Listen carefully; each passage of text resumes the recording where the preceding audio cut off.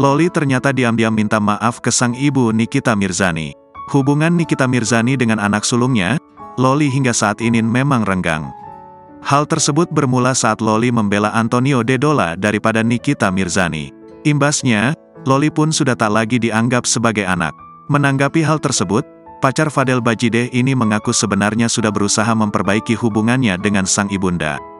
Dia bahkan beberapa kali meminta maaf pada Nikita Mirzani meski dilakukan di belakang layar alias diam-diam. Sayangnya, Loli tak mendapatkan respons positif dari sang ibunda.